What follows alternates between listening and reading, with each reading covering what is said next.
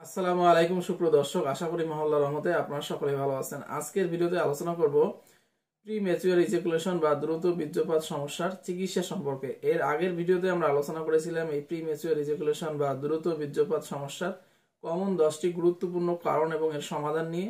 আজকের ভিডিওতে মূলত আমরা এর চিকিৎসা পদ্ধতি নিয়ে আলোচনা করব। আজকের যে আলোচনা সেটাকে মূলত আমি 3টি পার্টে বিভক্ত করে আলোচনা করব।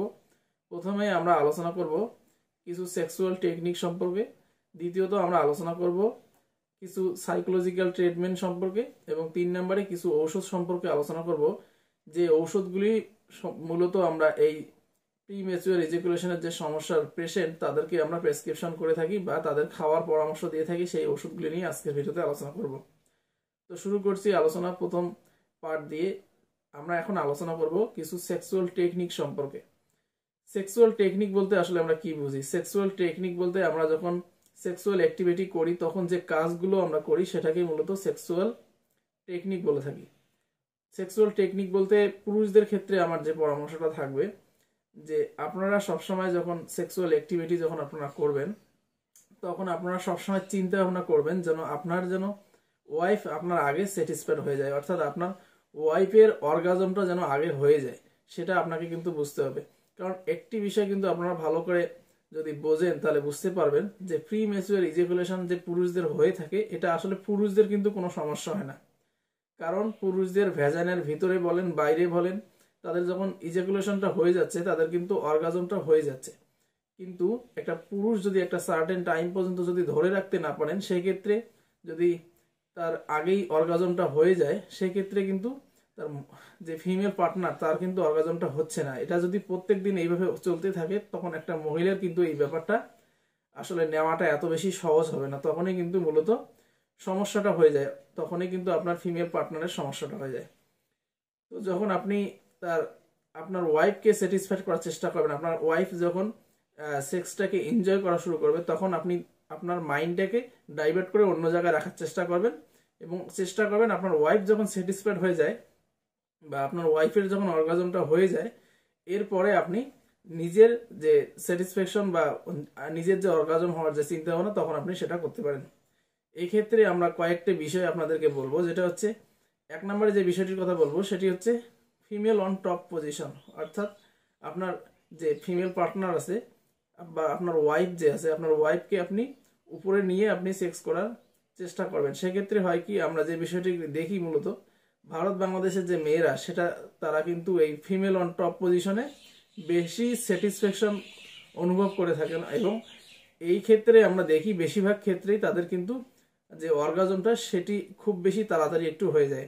অন্য পজিশনে করলে আপনি যেভাবে তাকে স্যাটিসফাইড করতে পারবেন যত সময়ের প্রয়োজন হবে, যদি আপনি ফিমেল অন টপ পজিশনে সেক্সটা করেন সেক্ষেত্রে কিন্তু আপনার তত টাইম লাগবে না, তার আগেই কিন্তু আপনার ফিমেল পার্টনার অর্গাজম হয়ে যাবে। এই যে টাইমের ব্যাপারটা আমরা বলি, যে কতটা সময় আসলে ধরে থাকতে হয় বা কতটা সময় পর্যন্ত আসলে সেক্স করার প্রয়োজন হতে পারে। এক্ষেত্রে অনেকেই হয়তো মনে করেন যে 20 মিনিট ধরে রাখা যায়, অনেকে আধা ঘন্টা 1 ঘন্টা। এটা আসলে সবসময় ট্রু না। কারণটা হচ্ছে এই ওয়ার্ল্ডে একটা গবেষণার মধ্যে দেখা গেছে যে 2 থেকে 6 মিনিট অ্যাভারেজ, 2 থেকে 6 মিনিটের মধ্যে কিন্তু মহিলাদের অর্গাজমটা হয়ে যায়। অ্যাভারেজ 2 থেকে 6 মিনিট, কারো 2 মিনিটও লাগতে পারে, 4 মিনিটও লাগতে পারে, সর্বোচ্চ 6 মিনিটের মধ্যে কিন্তু ফিমেল পার্টনারের অর্গাজমটা হয়ে যায়। তো সেক্ষেত্রে অনেকেই হয়তো বলতে পারে আধা ঘন্টা 20 মিনিট, তো এটা সবসময় আসলে ট্রু না। কেউ করতে পারে কিন্তু সবার ক্ষেত্রে এটা কিন্তু প্রয়োজন হয় না। এই বিষয়গুলি যখন আপনারা একটু চিন্তা ভাবনা করবেন তখন আপনি যখন সেক্সটা শুরু করবেন, আপনি যখন সেক্সটা শুরু করবেন তখন আপনি এমন একটা পজিশন দিয়ে শুরু করবেন যে পজিশনে আপনার ওয়াইফ বেশি কমফোর্টেবল ফিল করে, অর্থাৎ আপনার ওয়াইফের যেন স্যাটিসফ্যাকশনটা আগে চলে আসে সেটা আপনি চিন্তা ভাবনা করবেন। এক্ষেত্রে আপনি ফিমেল অন টপ পজিশনটা সবচেয়ে বেস্ট হবে, সেটা আপনি ব্যবহার করতে পারেন। এবং এর পাশাপাশি কিছু জিনিস আপনাকে মাথায় রাখতে হবে, যখন আপনি সেক্সটা শুরু করবেন তার আগে আপনাকে কিছু ফোর প্লে করে নিতে হবে।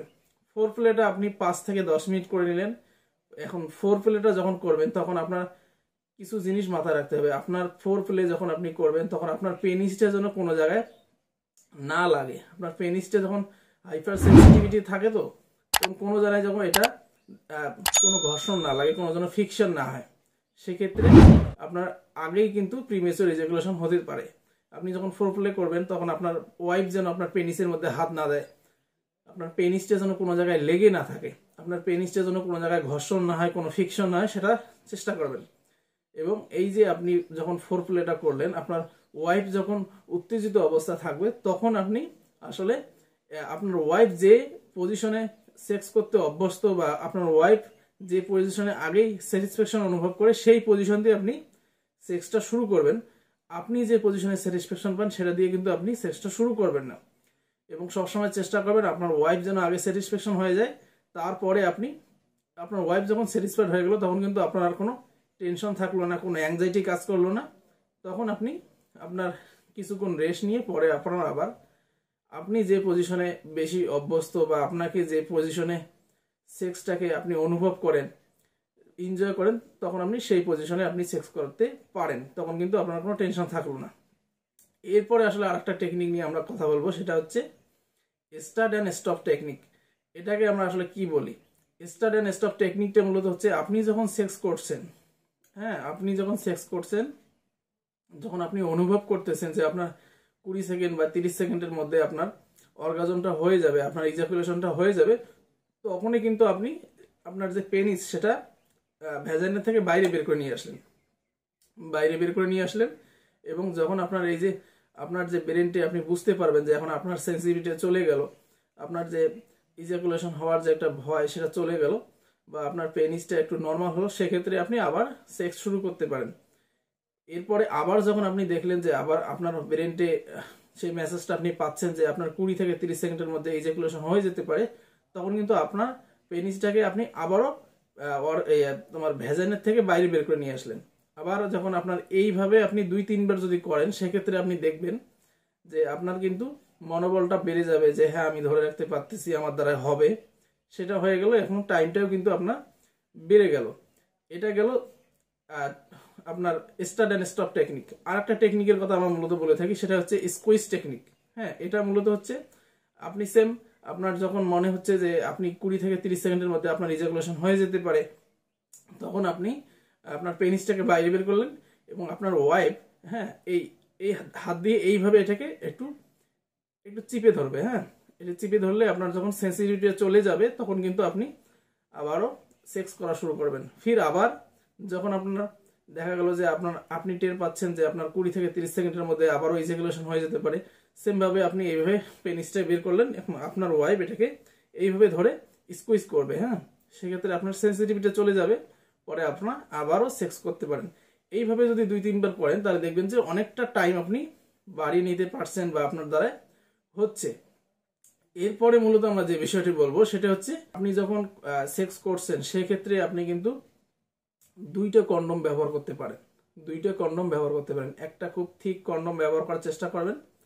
2টা কন্ডম ব্যবহার করলে হবে কি, আপনার যে পেনিসের যে সেন্সিটিভিটি এটা কমে যাবে এবং সেক্ষেত্রে আপনার টাইমটা কিন্তু বৃদ্ধি পাবে এবং আপনি অনেকক্ষণ সময় ধরে রাখতে পারবেন। যখন আপনার ওয়াইফ স্যাটিসফ্যাকশন হয়ে গেল, আপনার ওয়াইফ যখন অর্গাজমটা হয়ে গেল, সেক্ষেত্রে কিন্তু আপনি পরবর্তীতে আপনি কন্ডম খুলে ফেলতে পারেন বা একটা কন্ডম খুলে ফেলতে পারেন, যেভাবে আপনার সুবিধা সেভাবে আপনি করার চেষ্টা করবেন। কিন্তু আপনাকে সবসময় চিন্তা করতে হবে আপনার যেন ওয়াইফের অর্গাজমটা আগে হয়ে যায়, আপনার ওয়াইফ যেন স্যাটিসফ্যাকশনটা আগে পেয়ে যায়। এরপরে আপনি আপনার স্যাটিসফ্যাকশন নিয়ে চিন্তা ভাবনা করবেন, আপনি কিভাবে সেক্সটাকে এনজয় করবেন সেটা আপনি চিন্তা করতে পারেন। আপনার কিছু সাইকোলজিক্যাল ট্রিটমেন্টের প্রয়োজন আছে। এই যারা প্রিম্যাচুয়ার ইজাকুলেশনের সমস্যায় ভোগেন তাদের কিছু সাইকোলজিক্যাল ট্রিটমেন্টের ব্যাপার আছে। এক্ষেত্রে যে আমরা বলবো হচ্ছে সেক্স থেরাপি। এক্ষেত্রে সেক্স থেরাপিটা কিন্তু খুব বেশি কাজ করে থাকে। তবে সেক্স থেরাপি তো আপনি এইভাবে নিতে পারবেন না, এর জন্য আপনাকে অবশ্যই ডাক্তারের পরামর্শ নিতে হবে। একজন ভালো যা সেক্স থেরাপিতে যারা অভিজ্ঞ তাদের কাছে যেতে হবে এবং সেক্স থেরাপিটা তাদের সঙ্গে আলোচনা করে নিতে হবে। এটা খুব বেশি ভালো কাজ করে, বিশেষ করে এই প্রিম্যাচুয়ার ইজাকুলেশনের যে পেশেন্ট তাদের ক্ষেত্রে খুব ভালো কাজ করে। এর আরেকটা ট্রিটমেন্টের কথা বলবো, সেটা হচ্ছে কাপল থেরাপি। আপনার যদি কোনো বৈবাহিক জীবনে যদি কোনো কলহ থাকে, দাম্পত্য জীবনে যদি কোনো কলহ থাকে, সেক্ষেত্রে আপনারা কিন্তু কাপল থেরাপি নিতে পারেন। কাপল থেরাপি খুব ভালো কাজ করে থাকে। এবং 3 নম্বরে যে কিছু ওষুধের কথা বলবো সেটি হচ্ছে, আমরা সবসময় বলি যে আপনারা পারতপক্ষে ওষুধগুলো ব্যবহার করবেন না। ওষুধ ব্যবহার করা ছাড়াই আমি যে পদ্ধতিগুলির কথা বললাম এই পদ্ধতিগুলি আপনারা যদি ঠিকভাবে মানতে পারেন, প্রায় 90% পেশেন্টের কিন্তু শুধু এই পদ্ধতিগুলি মানলেই কিন্তু সমস্যার সমাধান হয়ে যায়। 10% পেশেন্টের ক্ষেত্রে সেটা হবে না। সেই ক্ষেত্রে আপনারা অবশ্যই ডাক্তার দেখিয়ে ডাক্তারের পরামর্শ নিয়ে তারপরে ওষুধ খাওয়ার চেষ্টা করবেন। মেডিসিনের মধ্যে মূলত আমরা অনেক সময় ভায়াগ্রা ট্যাবলেট অনেক সময় দিয়ে থাকি, অনেক সময় আমরা আরো অন্য কোনো মেডিসিন দিয়ে থাকি, বিশেষ করে টাডালাফিন ট্যাবলেট আমরা দিয়ে থাকি অনেক সময়। তো এই ওষুধগুলো মূলত আমরা কখনোই আপনারা একা নিয়ে খাওয়ার চেষ্টা করবেন না। এটা যদি আপনার নেওয়ার প্রয়োজন হয় সেই ক্ষেত্রে আপনারা অবশ্যই ডাক্তারের পরামর্শ নেবেন। কারণ কিছু মেডিসিন আছে আমরা যখন বলি যে আপনি যখন সেক্স করবেন তার 1 থেকে 1.5 ঘন্টা বা 2 ঘন্টা আগে আপনি নিয়ে নেবেন। আবার কিছু মেডিসিন আছে আপনি যখন বাড়ির বাইরে থাকছেন সেক্ষেত্রে আপনার খাওয়া যাবে না, আপনি যখন বাড়িতে আসবেন তখন আপনার খেতে হবে। আর কিছু মেডিসিন আছে যেটা সবসময় খাওয়ার প্রয়োজন হবে। তো আসলে এইভাবে তো আপনারা আসলে বুঝতে পারবেন না যে আপনি কখন মেডিসিনটা নেবেন, কখন আপনি কোন মেডিসিনটা নেবেন। সেক্ষেত্রে আপনারা অবশ্যই ডাক্তারের পরামর্শ নেবেন। ডাক্তারের পরামর্শ নিয়ে যদি প্রয়োজন হয় মেডিসিন দেওয়ার সেক্ষেত্রে ডাক্তারবাবু মেডিসিন লিখে দিবেন। আপনারা যদি সঠিক নিয়মে এই মেডিসিনগুলো ব্যবহার করে থাকেন সেক্ষেত্রে কিন্তু এই প্রি ম্যাচিওর ইজাকুলেশনের যে সমস্যা সেটা থেকে একদম 100% এটা ব্যাগ আসা সম্ভব। আজকের ভিডিওটিতে যে বিষয়গুলি নিয়ে আমি আলোচনা করলাম খুবই গুরুত্বপূর্ণ। আপনারা যদি একবারে বুঝতে না পারেন ভিডিওটি 2-3 বার দেখতে পারেন এবং আপনাদের প্রয়োজনে আপনারা কোনো আত্মীয় স্বজনদের কাছে কিন্তু এই ভিডিওটি শেয়ার করতে পারেন, সেক্ষেত্রে তারাও খুব বেশি উপকৃত হবেন। কারণ সেক্স বিষয়টাকে খুবই একটা খারাপ পজিশনে নিয়ে গিয়েছে অলরেডি। আপনারা যদি সেক্স নিয়ে আপনারা একটু চিন্তা ভাবনা করেন তাহলে হয়তো বুঝতে পারবেন যে সেক্সটা আসলে কতটা গুরুত্বপূর্ণ। আজকের ভিডিওটি যদি ভালো লেগে থাকে অবশ্যই লাইক করবেন এবং এইরকম গুরুত্বপূর্ণ ভিডিও পরবর্তীতে দেখার জন্য আমার চ্যানেলটি সাবস্ক্রাইব করবেন। দেখা হচ্ছে পরবর্তীতে আরো কোনো গুরুত্বপূর্ণ আলোচনা নিয়ে। ততক্ষণ পর্যন্ত আপনারা ভালো থাকবেন, সুস্থ থাকবেন। ধন্যবাদ।